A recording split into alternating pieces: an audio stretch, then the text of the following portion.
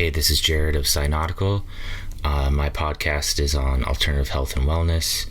I also touch on biohacking and a few other topics as well. My podcast is available on Spotify, iTunes, also on my YouTube as well too. Check it out, and I'll see you there.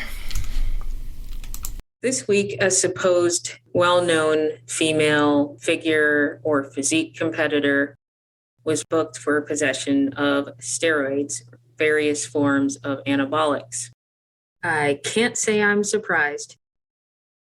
In this episode, I speak about why I don't compete in bodybuilding competitions and what I learned from my road to my first bodybuilding competition and my takeaways of the true aesthetics community when you're actually embedded in it versus just scrolling through Instagram feeds. The point of my speaking about this topic is to hopefully enlighten people of the actual realities of how these people develop their physiques. And once you know how they got there, not be deceived and thinking that it's something you could just turn around and do. Now on to the episode. In 2017, I wrote a blog post called 7 Reasons Why I Don't Compete. That post is about bodybuilding competitions. So I prepped for a bodybuilding competition back in 2009.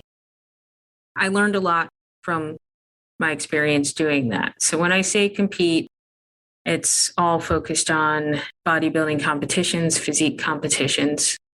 So in 2009, I was in my early 20s. And soon after reading Championship Bodybuilding and Burn the Fat, Feed the Muscle, my body changed pretty dramatically. It was finally doing what I wanted it to do. I was able to put on muscle. I mentioned that in the first solo episode I recorded.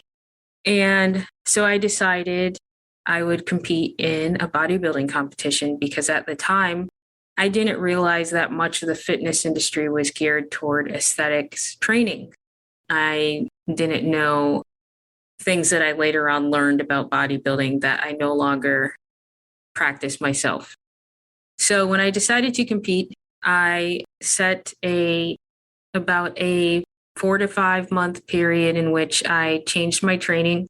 So there's all kinds of things you have to do to prep for a bodybuilding competition. There's different phases in which you change your training so that you can look as lean as possible or as lean as what they're looking for, the specific area of the competition you're participating in. For me, it was figure. So they didn't want us to be extremely low body fat or dry. They still wanted us to have an athletic range of body fat, but no striations in our muscles. So, and that was at the time, 2009, and that specific competition I did, which was the Texas Roundup. So that's what they were looking for. So I read a lot of different articles about what people did to prep for a competition. And one of the things that came up was some people got advice from someone who had experience with bodybuilding competitions. And if you were lucky, you could find a bodybuilding pro, someone with a pro card, to take a look at you and let you know if you're ready. So I went and sought out someone to help me, to tell me if I was ready. I found someone. He was an ex-pro bodybuilder. He started running an MMA gym. He totally dropped bodybuilding. Didn't look like he was ever a bodybuilder in his life.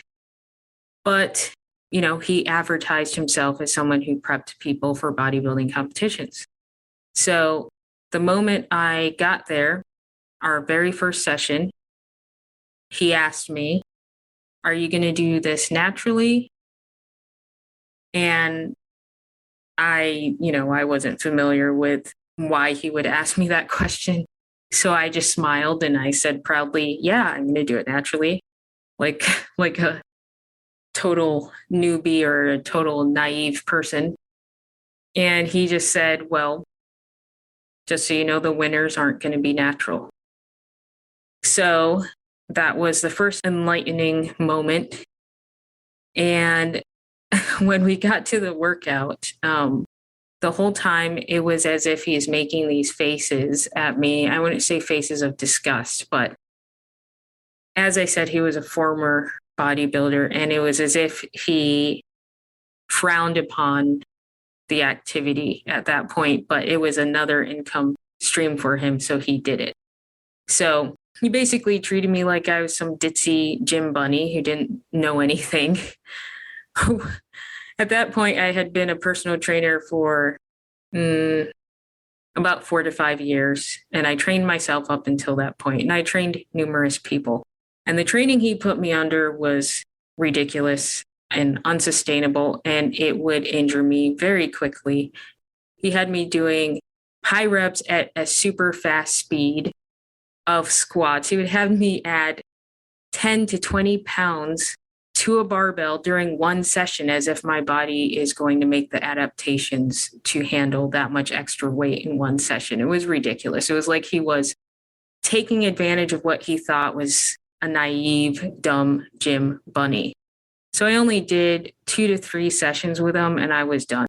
He didn't even care about form. He only cared about poundage. So I never trained with him again. So the only thing I could take from that was he told me that pro bodybuilders took steroids. So I finished training for the contest on my own. I go, I take a look around, and I had my second revelation. As I looked in the hall of all these women waiting to get on the stage, they all had some guy next to them. Oftentimes it was like a boyfriend or husband who competed themselves. And these women were really built, and they had really pronounced traps. It's like, what's going on here? I don't have traps. And yeah, a lot of them were really stacked, and had strong chins as well. And so what I learned at that point was that a lot of the women, although they would turn around and try to sell their services as elite trainers to the outside world, their physiques actually were the result of some guy. And oftentimes these women, they just blindly followed what their boyfriend or husband did, and that meant getting on a steroid cycle, basically like a at-home trainer / pharmaceutical expert. And so then my brain began to get infected with this idea of the ditzy gym bunny, just like that trainer I went to for that brief time. And the whole time I went in thinking I was going to be around all these really hardworking, self-made or self-built women. So that was definitely a revelation to me. Not to mention the girls who trade their youth for the perks that the guy who ran the show would give them. The girl who married the head of that contest body was given contracts to Gold's Gym and various other promotional contracts. About a year later, he had a new wife, and she was all over Gold's Gym and other promotional materials.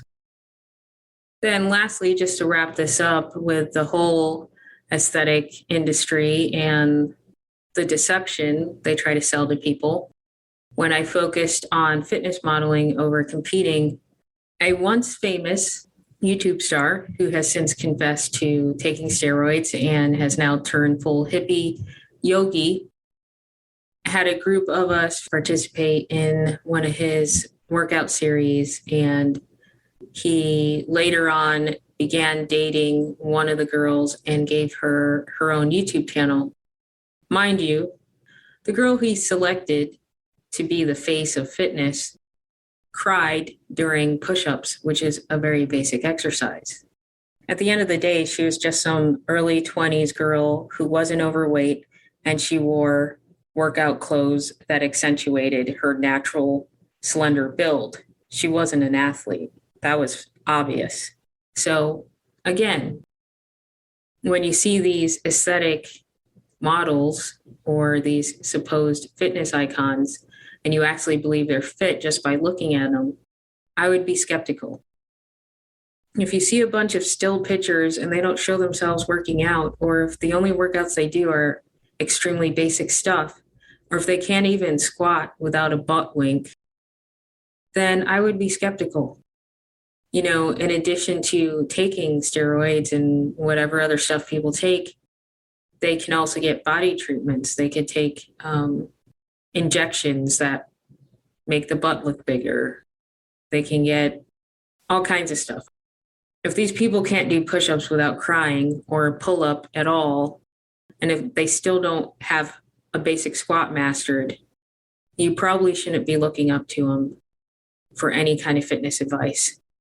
So unfortunately, there's a lot of fakery when it comes to this I'm a tough girl kind of attitude that so many of the female competitors project to the outside world. I mean, they're just doing the same old patriarchal crap with a guy training them, a guy holding their hand, a guy showing them everything, relying on a guy for everything, getting the guy to give them perks, trading their youth for some guy decades older than them to start their career.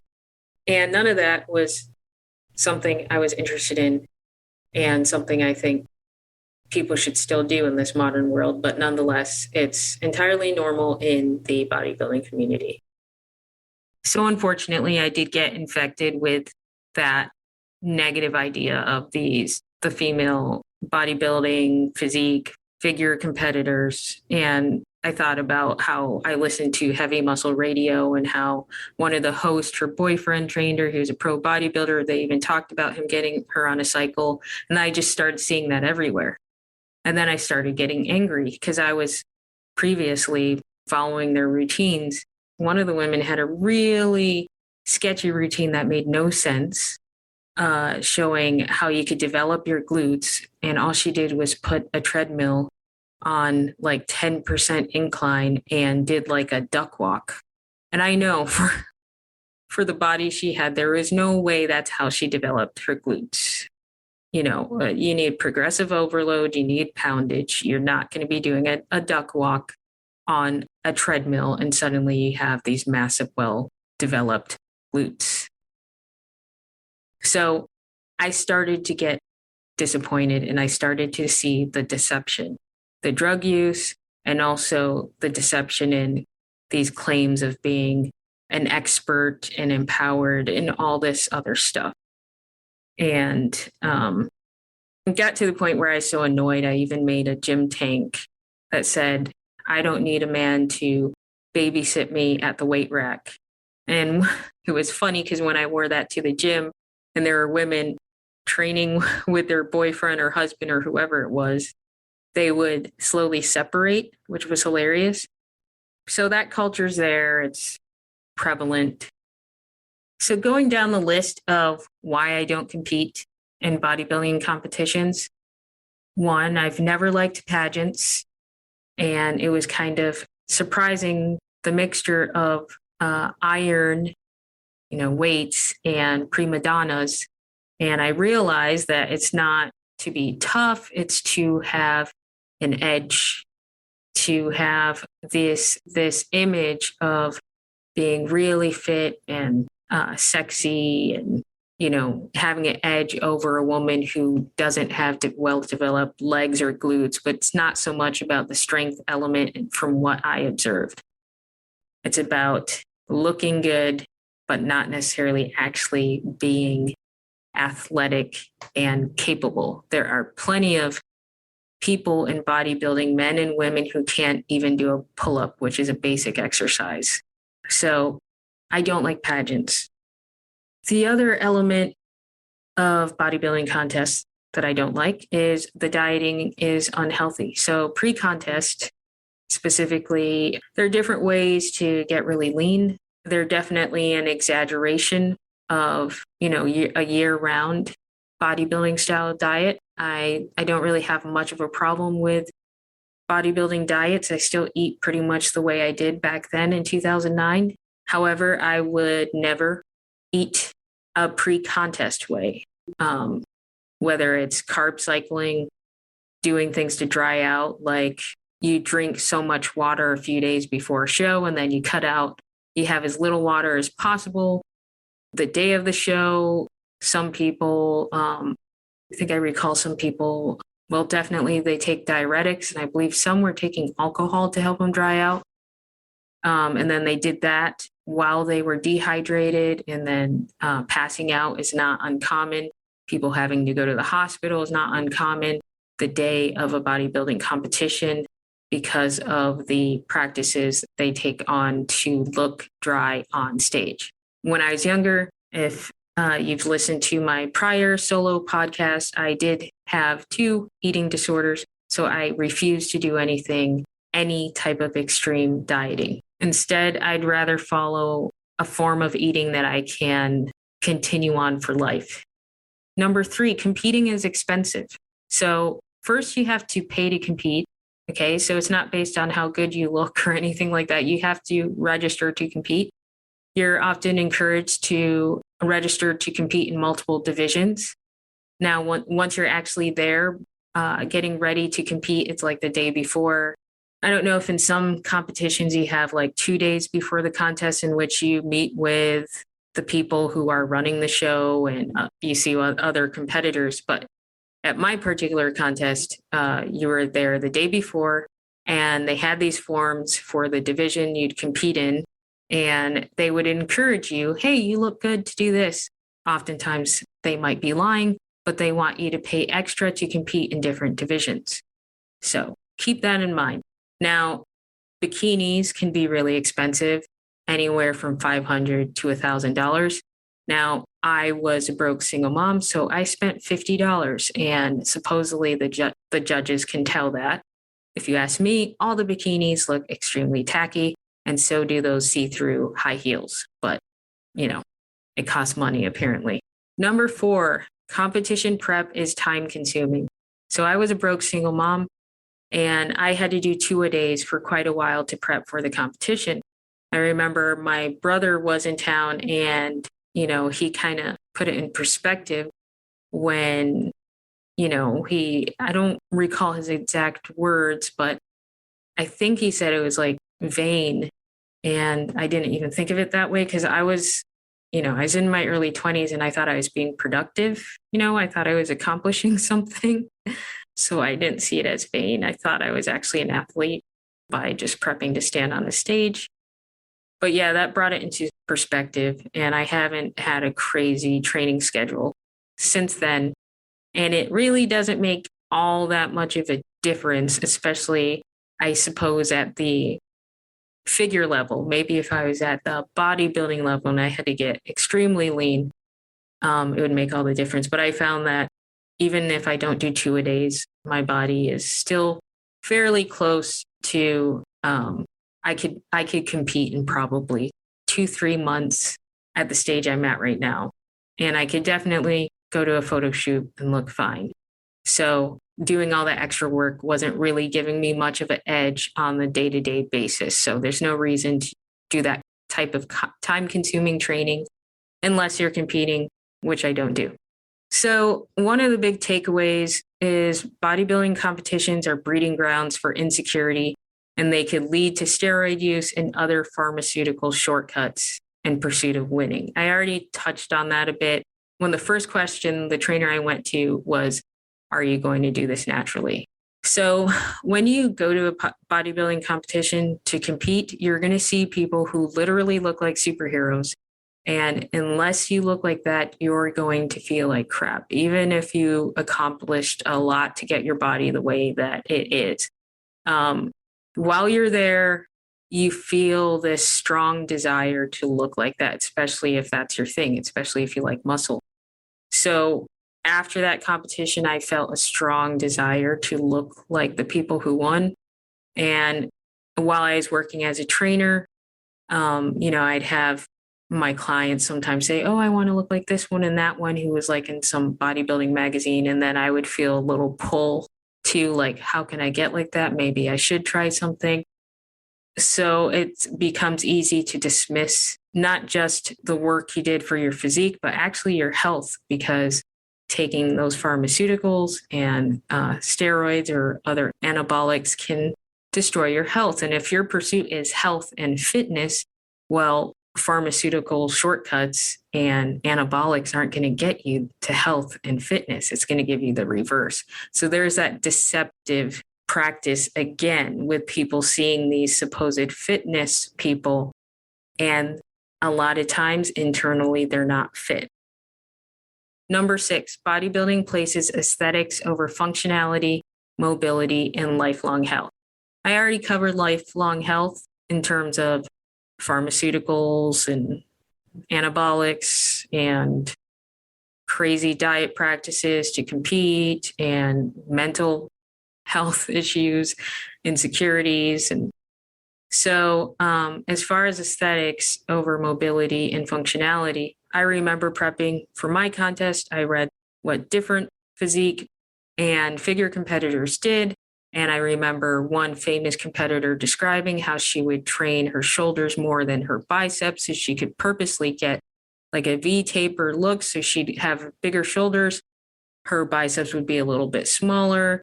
And then she would purposely not do certain abdominal exercises. So she wouldn't train her abdominals completely. She would train them partially so she would have a certain look. So what that does is create muscle imbalances. I also remember when I used to listen to a bodybuilding radio show, Heavy Muscle Radio, the competitors or, kind of joking about how many injuries they had. Even the one that whose glute program I purchased with the ridiculous duck walk on the treadmill, she was talking about how she had so many injuries. So these people are focused on what they believe is productive, which is to look athletic. So when you have muscle imbalances, not only is your body not going to move functionally, but mobility is reduced over time. And also with injury. So it might be quicker than it taking time for that to happen. Lastly, the reason I don't compete is because I'm not the cult type. And bodybuilding is very much a cult for people who are seeking attention and approval. The whole point of standing on stage, comparing your body to someone else, is to get approval from someone who says, "Oh, you look nice." And thankfully, I don't find that to be necessary. There's so much more that I could cover on this topic, but I'll leave it at that for today.